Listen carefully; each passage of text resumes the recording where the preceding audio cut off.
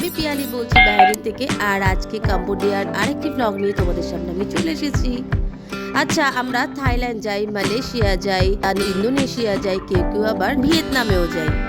কিন্তু তোমরা কি জানো এই দক্ষিণ পূর্ব এশিয়ার কম্বোডিয়াতে আঙ্কর বাট টেম্পল আর পাপসি ছাড়াও অসাধারণ সুন্দর সুন্দর কিছু আইল্যান্ড আছে।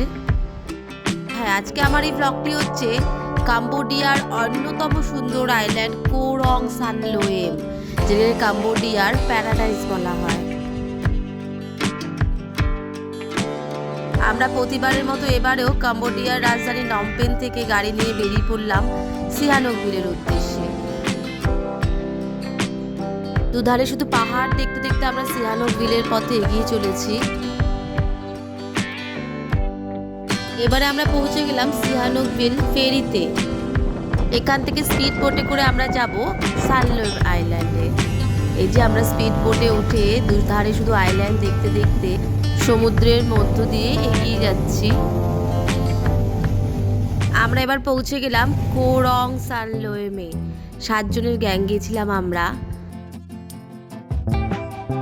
এটা হচ্ছে কো রং সানলোয়েম। কম্বোডিয়ার ল্যাঙ্গুয়েজকে বলা হয় খামের।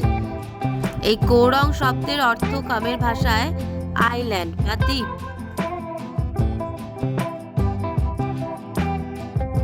এবারে আমরা সমুদ্রের ধার বরাবর হেঁটে কটেজের উদ্দেশ্যে এগিয়ে চলেছি। এখানে সব কটেজই পাওয়া যায়।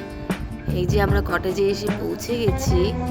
কটেজ থেকে আমাদের সি বিচের ভিউটা ছিল এই রকম। এই ব্যালকনিতে সারাদিন চুপ করে বসে সমুদ্র দেখতে দেখতে কখন যে দিন পার হয়ে যাবে বোঝাই যায় না। আর এই যে মাঝে মাঝে ইনি এসে একটু দেখা দিয়ে যেতেন আমাদের। আমরা বিস্কিট খাওয়ানোর চেষ্টা করছিলাম, আর বিস্কিট খাওয়ার লোভে আসতেও বেশ। আরোহী কিন্তু ভীষণ খুশি, একদম এসে একটু রিল্যাক্স করে ঠাম্মির সাথে সোজা নেমে গেছে সমুদ্রে। এই যে আবার তাতেও ক্ষান্ত হয়নি, আবার একটু স্নানও করে নিয়েছি। আর এই যে আমরা এখানে 4 সখী এক জায়গায়। তারপরে আমরা লাঞ্চ করলাম। লাঞ্চে নিয়েছিলাম প্রন আর ফ্রাইড রাইস। আর কম্বোডিয়ার বিখ্যাত ডাব। কম্বোডিয়ায় কিন্তু এইরকম বেশ বড় বড় সাইজের ডাব পাওয়া যায়। তারপরে দেখলাম হঠাৎ করে মেঘ ঘনিয়ে আসলো। বুঝতেই পেরেছি যে একটা বিশাল জোরে বৃষ্টি আসবে। এই দেখো, বৃষ্টির ভিডিও কিন্তু আমি করে রেখেছিলাম। এরকম একটা কটেজের ব্যালকনিতে বসে যে বৃষ্টিটা দেখতে কি উপভোগ করেছিলাম বলে বোঝাতে পারবো না তোমাদের। কম্বোডিয়াতে কিন্তু এনাকে মাঝে মধ্যেই দেখা যায়। এনার নাম গেক্কো। টিকটিকির মতো দেখতে হলেও কিন্তু টিকটিকির থেকে সাইজে অনেকটাই বড়।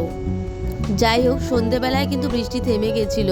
আমরা তারপর সি বিচে একটু হাঁটাহাঁটি করে ডিনারের জন্য বসলাম। এই যে রেস্টুরেন্টে গান চালিয়েছিল আর ওই তার তালে তালে নাচছিল।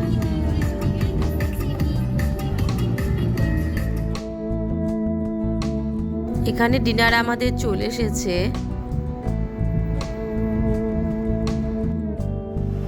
সি বিচের ওপরে আমাদের কটেজে থাকাতে আর ওই যখন তখন নেমে গিয়ে বালি নিয়ে খেলা করত।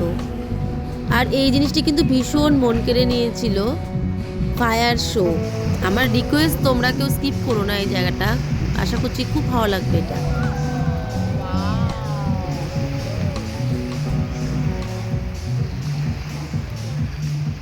এবারে ডে 2 মানে দ্বিতীয় দিন।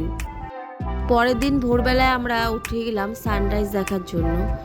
দেখে সমুদ্রের পার বরাবর হাঁটতে শুরু করলাম। যত দূর চোখ পড়ে কিন্তু আমরা হেঁটেই গেছি। এইখানে বিচের ওপরেই চেয়ার টেবিলগুলো এভাবে সাজানো থাকে ব্রেকফাস্ট করার জন্য। তারপরে আমরা ব্রেকফাস্ট সেরে লেজি বিচের উদ্দেশ্যে রওনা দিলাম। একদম জঙ্গলের মধ্যে দিয়ে আমরা পৌঁছে যাচ্ছি লেজি বিচে। প্রায় 1 থেকে 1.5 ঘন্টা এই জঙ্গলের রাস্তার মধ্যে দিয়ে হাঁটার পরে যখন লেজি বিচে গেছিলাম না, মনটা একদম সার্থক হয়ে গেছিল। আমরা এবার চলে এসেছি লেজি বিচে। একদম নির্জন শান্ত একটি বিচ। এখানে কটেজ আছে, হাতে গোনা 4-5টা বোধহয় কটেজ আছে। এগিয়ে যাই আর তোমাদের দেখাই।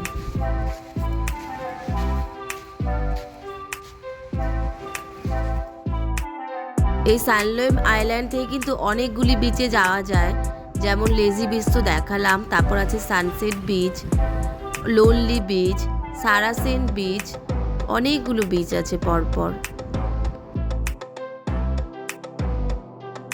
সারা সপ্তাহের ব্যস্ততার পর উইকেন্ডে একটু রিল্যাক্স করার জন্য তো আমি বলবো পারফেক্ট কোরং সানলোয়েম। এখানে কিন্তু বোটে করে আইল্যান্ড হপিংয়েরও ব্যবস্থা আছে আর স্নরকেলিংয়েরও ব্যবস্থা আছে। এইরকম করতে করতে যে কখন 3 দিন কেটে গেল না বুঝতেই পারিনি, বাড়ি যাওয়ার সময় হয়ে এসেছিল।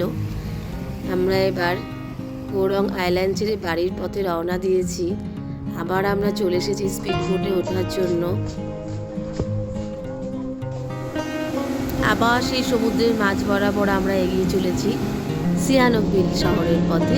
কিছু সুন্দর মুহূর্ত আর অসাধারণ অভিজ্ঞতা নিয়ে আমরা কম্বোডিয়া ছেড়ে চলে এসেছিলাম। কম্বোডিয়াকে নিয়ে ভিডিও এডিট করার সময় আমি কিন্তু একটু নস্টালজিক হয়ে পড়ি, কিন্তু কম্বোডিয়া কিন্তু আমার মনে একটি বড় অংশ জুড়ে সারা জীবনই থাকবে। আমার এই ব্লগটি তোমাদের ভালো লাগলে অবশ্যই লাইক, কমেন্ট এবং শেয়ার করে দিও। আর যারা সাবস্ক্রাইব করনি প্লিজ সাবস্ক্রাইব করে দিও আমার চ্যানেলটিকে। দেখা হচ্ছে নতুন কোনো ব্লগে নতুন কোনো টপিক নিয়ে। Bye bye.